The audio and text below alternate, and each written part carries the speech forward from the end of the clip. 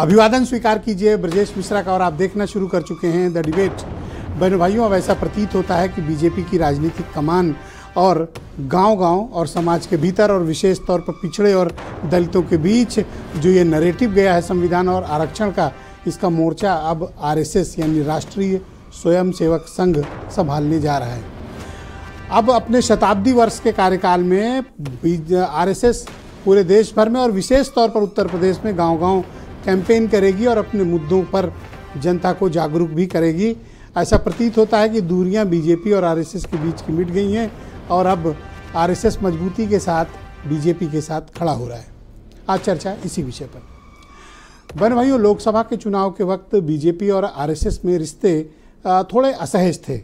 BJP उस वक्त over confident थी और वो ऐसा पोज कर रही थी कि उसे किसी की मदद की ज़रूरत नहीं है या उसे अपने मात्र संगठन से कोई ख़ास आइडियोलॉजी छोड़ के बाकी कोई वास्ता नहीं है।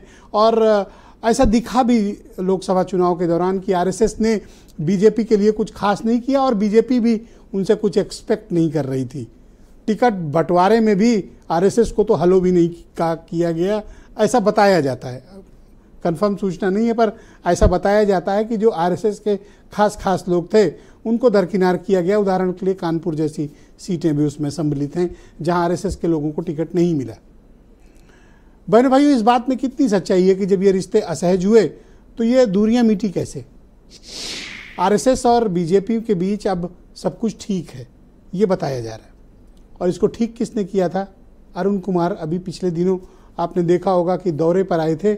उस वक्त यूपी में सबकी बोली भाषा बदल गई थी, सब तारीफ करने लगे थे और कहने लगे थे नहीं सरकार में सब अच्छा हो रहा है। संगठन बीजेपी, सरकार और आरएसएस के बीच का जो ये ट्रायंगल था, इसके कील कांटे दुरुस्त करने के लिए आए थे अरुण कुमार। अब जब वो गए हैं तो पीछे से बैकअप वर्क भी शुरू हुआ है।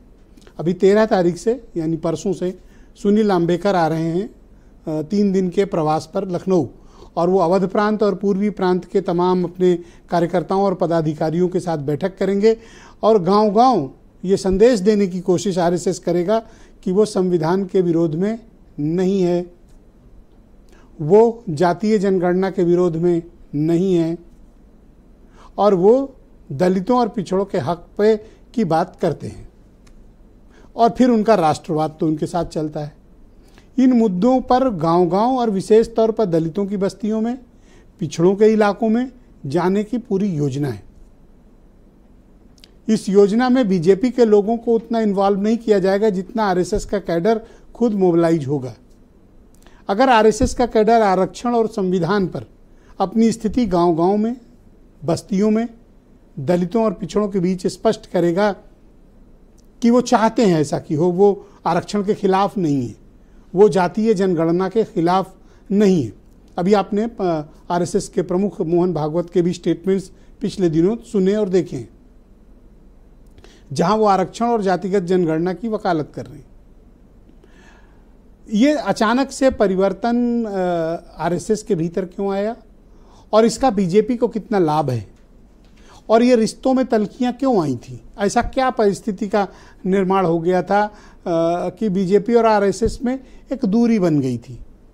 नतीजा जो चुनाव हुए और विशेष तौर पर उत्तर प्रदेश, यहाँ तो बड़ी करारी शिकस्त का सामना करना पड़ा।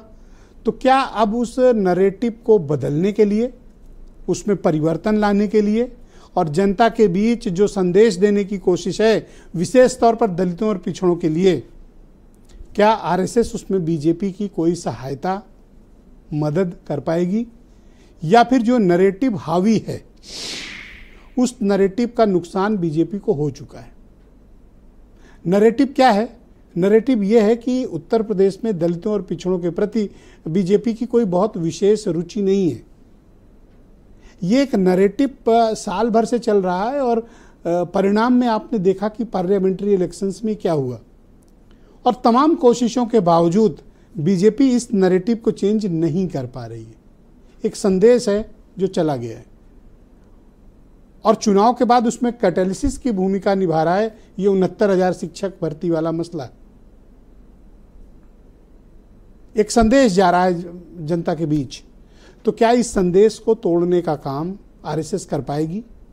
और ये जो दूरियां मिटी हैं कारण क्या हैं? और आरएसएस की मदद बीजेपी के लिए राजनीतिक रूप से कितनी फायदेमंद होगी, आज हमारी चर्चा इसी विषय पर होने जा रही।